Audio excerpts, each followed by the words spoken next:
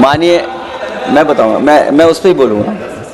माननीय सभापति, मैं धन्यवाद देता हूं आपको कि आपने मुझे बहुत महत्वपूर्ण विषय पे बोलने का मुझे मौका दिया। अभी मैं तमिलनाडु के डीएमके की माननीय सदस्य कानिमोझी जी को मैं सुन रहा था और उन्होंने, मैं उनको धन्यवाद देता हूं कि कई महत्वपूर्ण बातें उन्होंने रखी और अभी भी उनको अपनी अच्छी बातों के लिए बधाई मिल रही है। हमें खुशी है इस बात की कि विपक्ष में जो लोग हैं उनको बधाई मिल रही है, लेकिन सत्ता पक्ष के लोग जब बोल के जा रहे हैं तो उनके सदस्य भी उन्हें बधाई नहीं दे रहा कोई। अध्यक्ष महोदय, मैं धन्यवाद देता हूं आपका भी, और क्योंकि मैं उनकी बात सुन रहा था, उनकी बात सुनने से मुझे कुछ याद आया। मैं ये कहना चाहता हूं 2 लाइनों में कि मैं दुनिया को मनाने में लगा हूं। अध्यक्ष महोदय, मैं भारतीय जनता पार्टी के लिए बता रहा हूं ये लाइनें कि मैं दुनिया को मनाने में लगा हूं, मेरा घर मुझसे रूठा जा रहा है। मैं दुनिया को बनाने में लगा हूं, मेरा घर मुझसे रूठा जा रहा है। अध्यक्ष महोदय, बात शुरू करने से पहले मैं सबसे पहले भारत की सेना, उसका आभार, उसका धन्यवाद देना चाहता हूं। दुनिया में साहसी फौजों में गिनती अगर होती है तो हमारी भारत की सेना सबसे आगे दिखाई देगी। उनके पराक्रम पर, उनकी वीरता पर, उनके अदम्य शौर्य पर हमें सबको गर्व है। कोई ऐसा भारतीय नहीं होगा जिसको गर्व ना हो। हमें अपनी फौज पर गर्व है और हमें इस बात के लिए भी गर्व है कि जब सेना ने अपना ऑपरेशन शुरू किया तो पाकिस्तान के जितने भी टेररिस्ट कैंप थे उन पर अटैक किया गया। न केवल पाकिस्तानी कैंपों को नष्ट किया गया, बल्कि पाकिस्तानी जो एयर बेस है उन तक पहुंच गए, उनको भी नष्ट किया, ध्वस्त किया। और जब हमारी फौज पाकिस्तान को हमेशा हमेशा के लिए एक पाठ पढ़ा सकती थी, एक ऐसा संदेश जाता कि भविष्य में पाकिस्तान कभी ये हिम्मत नहीं जुटा पाता। और ऐसा भी लगा हम लोगों को, क्योंकि अध्यक्ष महोदय, जब हम बड़े बड़े राष्ट्रीय चैनलों को देखते हैं तो उन चैनलों से ये लग रहा था कि कराची हमारा हो गया है, लाहौर हमारा हो गया है। किसी चैनल ने किसी को ये भी बताया कि हमने उनको पकड़ भी लिया है। जो कमेंट्री, जो विजुअल्स थे, वो ऐसा लग रहा था कि अध्यक्ष महोदय अब पीओके हमारा हो जाएगा। हालांकि सरकार के इंजनों को मैं टकराता हुआ देखता हूं, हो सकता है ये मेरा भ्रम हो, लेकिन पीओके के मामले में सभी इंजन हमें एक दिखाई देते हैं। और जहां पीओके पे पहुंचने तक की बात थी, कुछ लोग तो पीओके पर ये कह रहे थे कि हमारा कब्जा हो जाएगा, 6 महीने का केवल हमें मौका मिल जाए। ये सरकार आखिरकार पीछे कैसे हट गई और क्या कारण था कि सरकार को सीज फायर का ऐलान करना पड़ा? अध्यक्ष महोदय, हमें उम्मीद थी कि सरकार सीज फायर करेगी, सरकार ऐलान करेगी, लेकिन इनकी मित्रता बहुत है, बहुत गहरी मित्रता है। और उसका परिणाम यह है कि इन्होंने अपने मित्र से ही कहा कि आप ही सीज फायर अनाउंस कर दीजिए, हमारी कोई जरूरत नहीं है, हम सीज फायर आपसे ही स्वीकार कर लेंगे। आखिरकार किस दबाव में ये सरकार स्वीकार कर रही है? वैसे तो अध्यक्ष महोदय, आज जिस विषय पर बोलने के लिए मैं खड़ा हुआ हूं दरअसल वो विषय होना ही नहीं चाहिए था। ये दुर्भाग्यपूर्ण है कि आजादी के इतने साल बाद भी ऐसे मुद्दे बने हुए हैं। ये बात अध्यक्ष महोदय पक्ष विपक्ष की नहीं है, देश की सुरक्षा की है, जनता के जीवन और रक्षा की है। हम सब मिलकर के कोई ऐसी नीति रणनीति बनाते क्यों नहीं है जिससे सीमाएं हमेशा हमेशा शांत रहें। लेकिन पहलगांव की घटना ने साबित कर दिया है कि लापरवाही देशवासियों की जान ले सकती है। और अभी जब मैं सुन रहा था और बहुत ही उत्तेजित भाषा में जब जवाब मिल रहा था, उत्तेजित भाषा इसीलिए बोल रहे हैं कि जनता सम्मोहित हो जाए, जनता स्वीकार करने लगे। लेकिन सच्चाई ये नहीं है। आप कितना भी उत्तेजित बोलें, देश की जनता समझ रही है। ये सही है कि जनता के इमोशंस का लाभ आप उठा रहे शासन करने के लिए, जनता का इमोशन का लाभ उठाती है सरकार। मुझे याद है कि जिस दिन पहलगाम हमला हुआ उस दिन वहां का हर पर्यटक पूछ रहा था, जो पर्यटक पूछ रहे थे कि खतरों के बीच मेरी रक्षा करने वाला कोई वहां क्यों नहीं था। आखिरकार ये सबके मन में सवाल यही है कि जिस समय घटना हुई आखिरकार उन्हें बचाने वाला कोई क्यों नहीं था। और जो सरकार ये दावा करती है, 370 के बाद ये कहा सरकार ने कि भविष्य में कोई आतंकवादी घटना नहीं होगी, वहां टूरिज्म बढ़ेगा। जितने लोग वहां गए वो सरकार के भरोसे पे गए थे, वो सरकार के आश्वासन पे गए थे। और आखिरकार सिक्योरिटी लैब्स की जिम्मेदारी कौन लेगा। अध्यक्ष महोदय, सबसे बड़ा सवाल यही है कि सिक्योरिटी लैब्स का रिस्पॉन्सिबल कौन होगा, वो जिम्मेदारी कौन लेगा। और ये जो पहलगांव की घटना हमारे इंटेलिजेंस फेलियर की वजह से है, उन्हें मैदान को खुला छोड़ दिया। वो सरकार जानती होगी कि कितना समय लगा होगा फोर्सेस को आने में। आखिरकार वो जिम्मेदारी किसकी है। और फिर सरकार को यह जरूर बताना चाहिए कि सरकार क्या क्या कदम उठा रही है कि भविष्य में ऐसी घटना ना हो।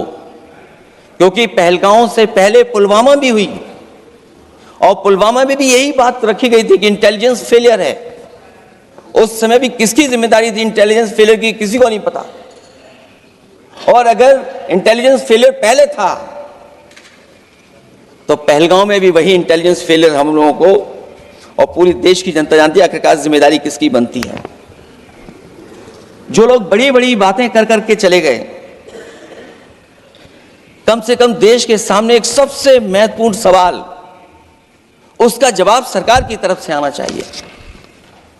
क्योंकि हमारी सीमा पर जो सुरक्षा है, जो रक्षा करने वाले हमारे सेना के लोग हैं, वो हमारी सीमाएं सुरक्षित रखते हैं।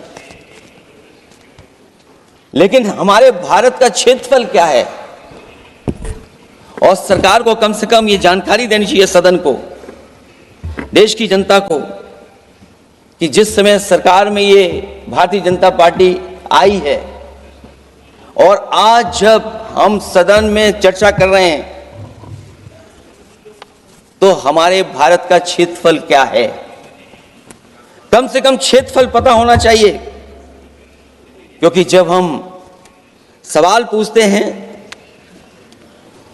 और जो सवाल पर्यटक पूछ रहे थे कि कुछ ऐसे लोगों को सरकार की ओर से चारों तरफ से चाक चौबंद सुरक्षा घेरा क्यों दिया जाता है, वो जो बाद में ठग साबित होते हैं, जो हमारी रक्षा क्यों नहीं की गई।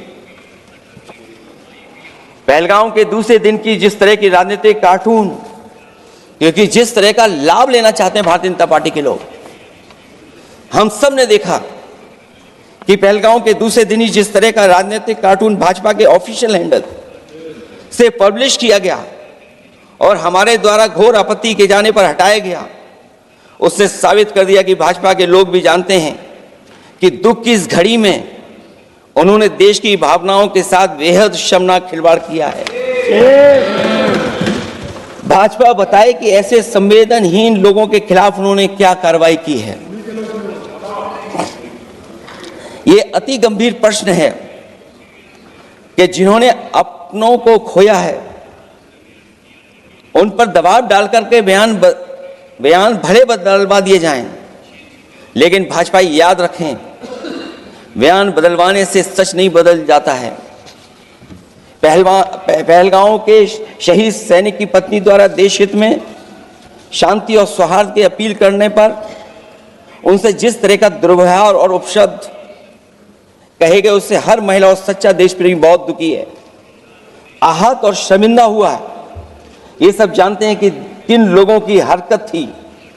इस संदर्भ में और परिप्रेक्ष्य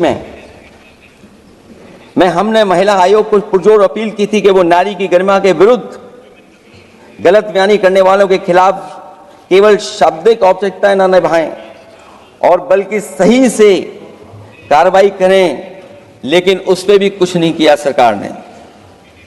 पहलगाम की पीड़ित महिलाओं के बारे में कहे गए बयान के लिए निंदनीय शब्द से निंदनीय शब्द तक को आपत्ति होगी।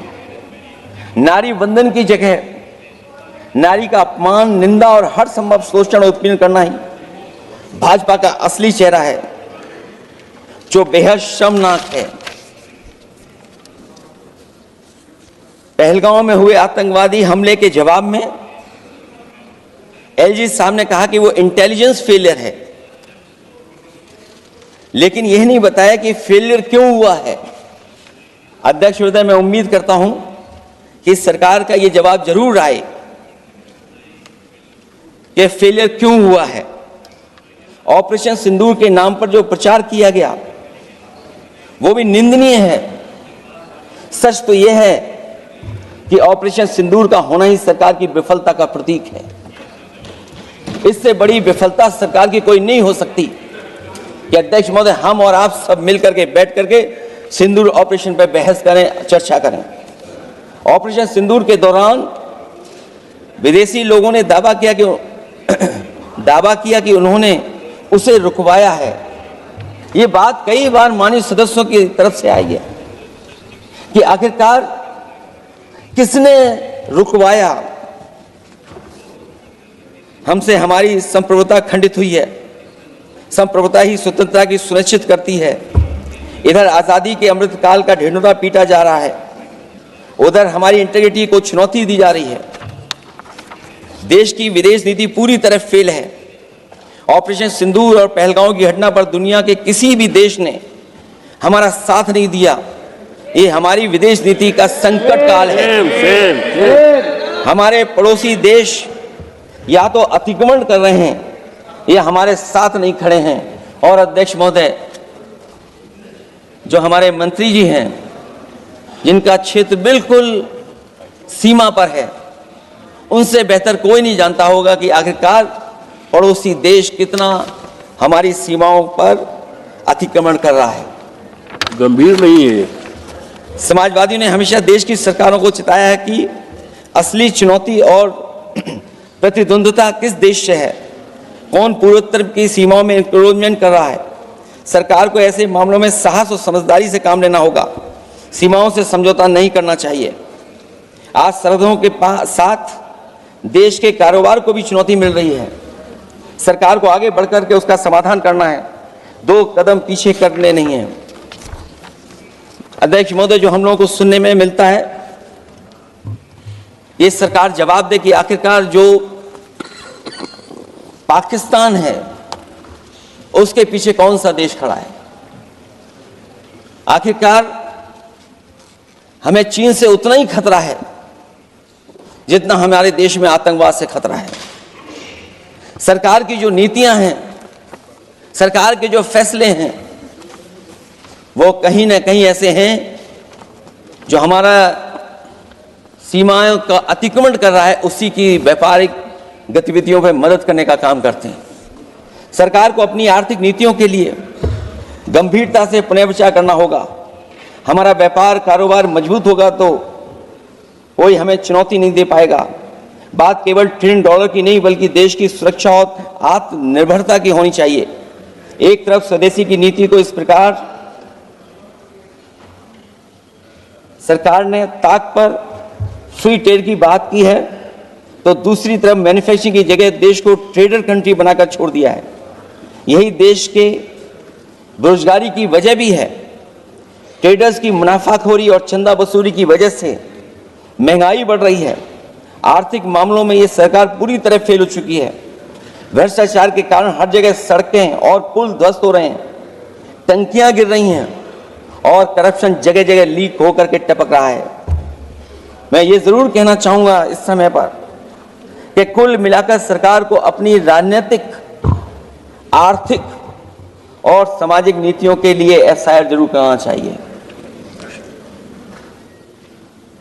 सरकार को अपनी राजनीतिक, आर्थिक और सामाजिक नीतियों के लिए एफआईआर लाने की जरूरत है। वो हर बार ये कहकर नहीं बच सकती कि चूक हुई है, क्योंकि हर बार सरकार ये कोशिश करती है कि इन घटनाओं से बच जाएं हम, केवल चूक कहकर करके।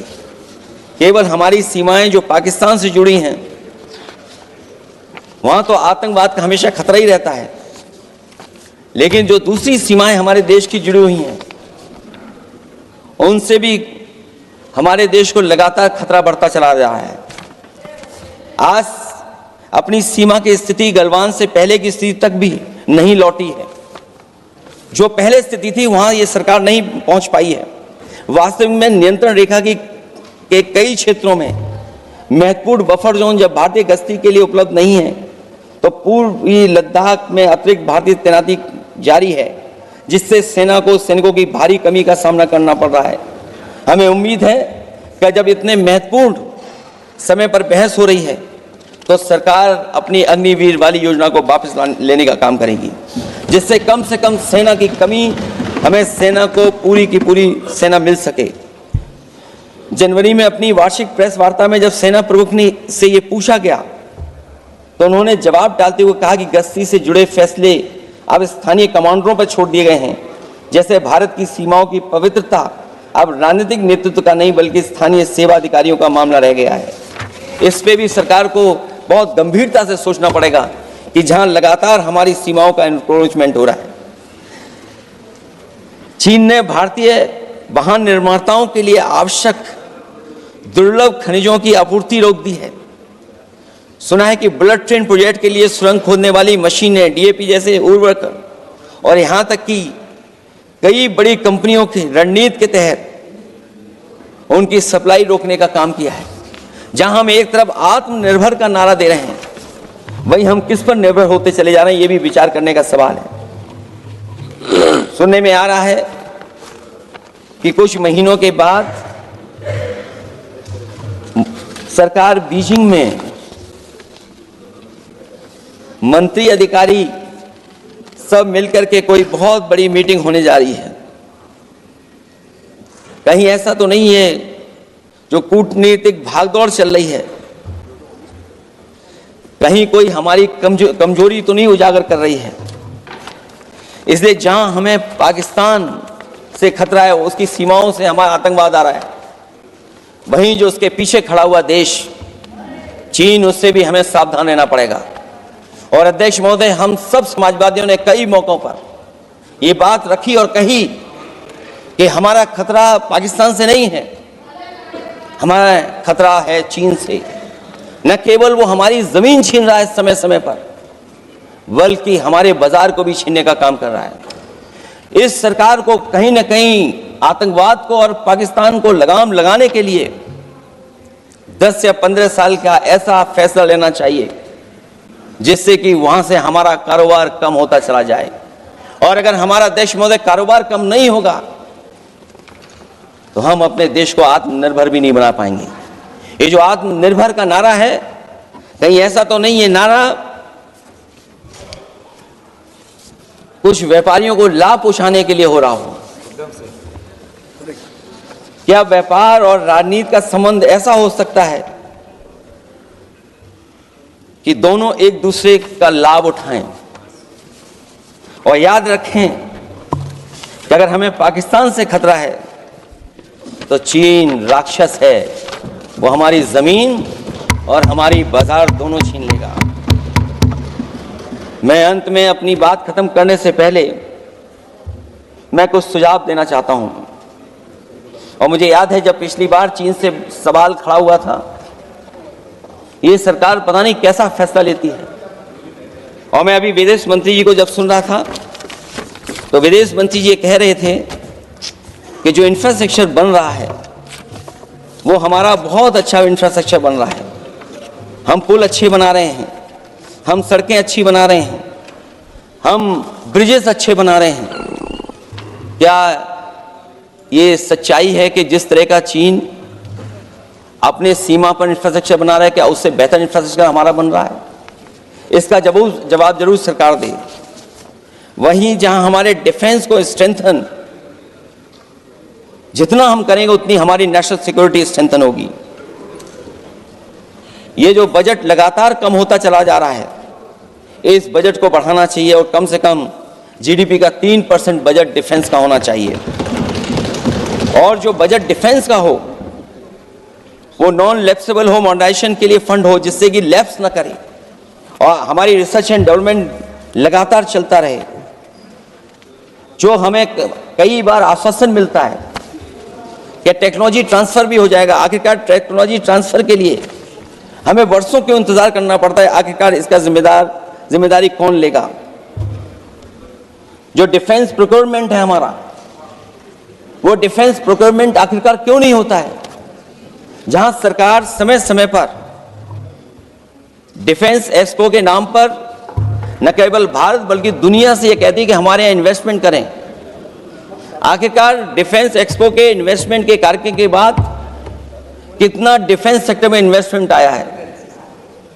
और साथ ही साथ जब आत्मनिर्भर की बात हो तो हमारे देश की अपनी रक्षा करने के लिए हमारे अपने लोग क्यों नहीं तैयार हो रहे हैं?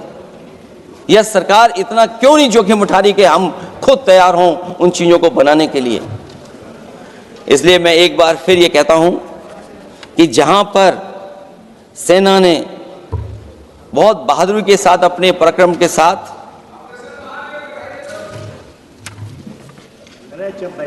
पराक्रम, वीरता और अदम्य शौर्य की जो उन्होंने परिचय दिया, उसके लिए फौज को मैं बधाई देता हूं।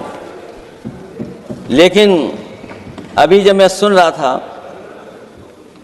ये जो अभी आतंकवादी मारे गए हैं, आतंकवादी मारे जाते हैं, हम सब पक्ष में हैं, लेकिन हर जगह राजनीतिक लाभ आखिरकार कौन उठा रहा है? क्योंकि मैं अपनी बात खत्म कर रहा था, अध्यक्ष महोदय ये पूछ रहे हैं कि आज महादेव ऑपरेशन पे मैं धन्यवाद क्यों नहीं दे रहा हूं।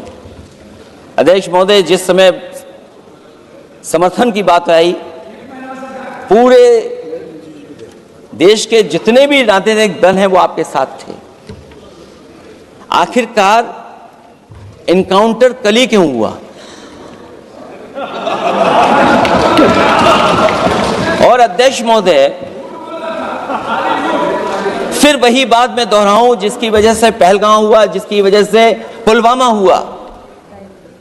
अगर ये इतना ही टेक्नोलॉजी और इन सब चीजों को समझते हैं और जानते हैं, इतना ही टेक्नोलॉजी और इन चीजों को सब समझते हैं, तो आखिरकार अध्यक्ष महोदय पुलवामा में जो गाड़ी में RDX आया, वो गाड़ी आज तक क्यों नहीं पकड़ी गई? और शायद भारतीय जनता पार्टी के लोग ये जानते होंगे कि बहुत सारे विभाग सरकार के होते हैं, सैटेलाइट इमेजेस देते हैं। अगर आज भी भारतीय जनता पार्टी चाहे तो पुलवामा में जो गाड़ी आई है, सैटेलाइट इमेजेस से वो पता कर सकती है कि वो किस रास्ते से वो गाड़ी आई थी। आप हिम्मत क्यों नहीं जुटा पा रहे हैं उसके लिए? और फिर पहलगांव में किसी भी दल ने आपके साथ किसी तरह की राजनीतिक बातचीत नहीं की, लेकिन राजनीतिक लाभ आपने कांग्रेस पार्टी से भी उठाने की कोशिश की, हमारे से भी उठाने की कोशिश की। अगर डेलीगेशन भेजना ही था आपको तो पॉलिटिकल पार्टीज तय करती हैं, आप नहीं तय कर सकते। ये राजनीति कौन कर रहा है? और फिर अध्यक्ष महोदय, राजनीति करने वाले वो लोग जो अपने चुनावी भाषण में कह रहे थे कि पीओके हम 6 महीने में ले लेंगे, हम अक्साई चिन्ह ले लेंगे। इसीलिए मैंने सवाल पूछा अध्यक्ष महोदय सरकार से कि जिस समय सरकार में भारतीय जनता पार्टी आई उस समय भारत का क्षेत्रफल क्या था और भारत का क्षेत्रफल आज क्या है? क्या 5 फिंगर्स, पेंगोंग लेक, गलवान घाटी, रजांगला, उसका जवाब किसके पास है? सरकार के पास है क्या कि नहीं है? और मैं आज अध्यक्ष महोदय कहता हूं, हम वॉर के खिलाफ हैं, हम वॉर नहीं चाहते हैं, लेकिन सीमा पर शांति रहे, हमारा कोई इंक्रोचमेंट नहीं करे। झगड़ा मैं आज भी कहता हूं, ये लड़ाई आपको, जो लड़ाई हुई है वो पाकिस्तान से आप नहीं लड़े हैं। अध्यक्ष महोदय, आप कितना भी छिपना चाहोगे, छिपाना चाहोगे, कोई भी स्वीकार नहीं करेगा। ये जो लड़ाई लड़ी गई है ये आपको चीन से लड़नी पड़ी थी। और जो समय आप बताते हैं कि इस समय से इस समय तक हमारी एयरफोर्स और हमारे लोगों ने हमला किया, टेररिस्ट लोगों के तमाम सेंटर्स को खत्म किया है, तो हमारे मन में भी एक इच्छा आती है कि हमारे सबसे बेहतरीन एयरक्राफ्ट जो नींबू और मिर्च लगा करके जिनकी पूजा की गई थी वो कितने उड़े थे? हम और सवाल नहीं पूछना चाहते हैं हम आपसे, मैं केवल इतना पूछना चाहता हूं कि जिन एयरक्राफ्टों को नींबू और मिर्च लगाकर के पूजा की गई थी वो एयरक्राफ्ट कितने उड़े थे? हमें अपनी पूरी एयरफोर्स पे गर्व है। इतने बेहतरीन पायलट किसी के पास नहीं है जितने बेहतरीन पायलट हमारे पास हैं। और हम समाजवादी वो लोग हैं जिन्होंने ऐसा इंफ्रास्ट्रक्चर सड़कों का बनाया था कि अगर कभी इमरजेंसी हो तो आपका एयरक्राफ्ट वहां पर उतर जाएगा। और देश में पहली बार सुकोई, मिराज और हरकुलस अगर किसी ने सड़क पर उतारे थे तो वो समाजवादी पार्टी और हम लोगों ने सड़क पर उतारने का काम किया था। सही बात। और दूसरा, देश महोदय, मैं और जानकारी देना चाहता हूं, आपके देश के प्रधानमंत्री जी जिस हमारे देश के नहीं, हमारे भी प्रधानमंत्री हैं, हमारे भी प्रधानमंत्री हैं, हमारे हैं, बात खत्म हो रहा है। अध्यक्ष महोदय, मैं फिर बोलता हूं अध्यक्ष महोदय, मैं तो आपको बहुत अच्छा मान रहा था कि आप ही मुझे बुलवा के गए थे। मैं फिर बोलता हूं, देखिए प्रधानमंत्री जी की लाइनें हैं ये वाली, मैं दुनिया को मनाने में लगा हूं, मेरा घर मुझसे रूठा जा रहा है। आखिरकार कौन रूठा हुआ है? इस देश में जो हमने देखा इतने दिनों में, प्रधानमंत्री जी डिफेंस मिनिस्टर का भी रोल प्ले कर रहे थे। इसलिए जिस सड़क पर हमारे देश के प्रधानमंत्री जी हरकुलस विमान से उतरे थे, वो हाईवे किसी ने डिजाइन किया था? तो समाजवादी लोगों ने डिजाइन किया था। यूपी में तो डिजाइन हो गया एक और, लेकिन देश में क्यों नहीं ऐसी सड़कें बन रही जहां पर इमरजेंसी के समय पर एयरफोर्स इसको इस्तेमाल कर सके?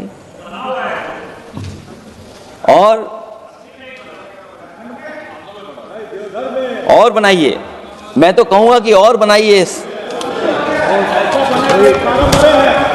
और बनाइए, मैं तो कह रहा हूं। और जिस तरीके से हमारी सेना ने जो मुकाबला किया है, सीज फायर के बाद भी ड्रोन आ रहे थे, ये भी सरकार को स्वीकार करना पड़ेगा। आखिरकार सवाल ये है हमारा कि सीज फायर किसके दबाव में किया है ये अहम मुद्दा। और सीज फायर क्यों किया जब हमारी फौज पीओके को भी ले लेती और पाकिस्तान के भी।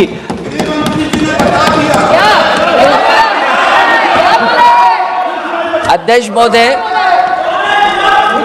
सीज फायर आपके मंत्री जी ने नहीं किया, सीज फायर आपके मंत्री जी की तरफ से नहीं आया, क्योंकि हमारे मंत्री जी वो सोशल मीडिया को देखते नहीं हैं। सबसे पहले सोशल मीडिया पे बात आई थी, आपको 1 घंटे बाद किसी ने पढ़ के बताया होगा।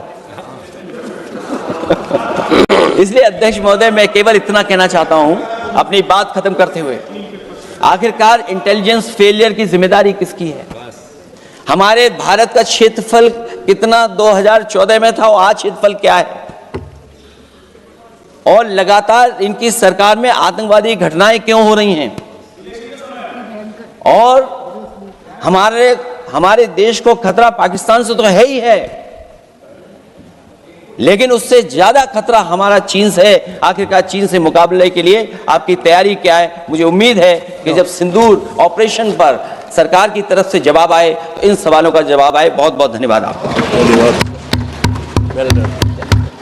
छोटा सा भारतीय जनता पार्टी के लिए बता रहा हूं ये लाइनें कि मैं दुनिया को मनाने में लगा हूं, मेरा घर मुझसे रूठा जा रहा है। क्या है? मैं दुनिया को बनाने में लगा हूं, मेरा घर मुझसे रूठा जा रहा है। अध्यक्ष महोदय,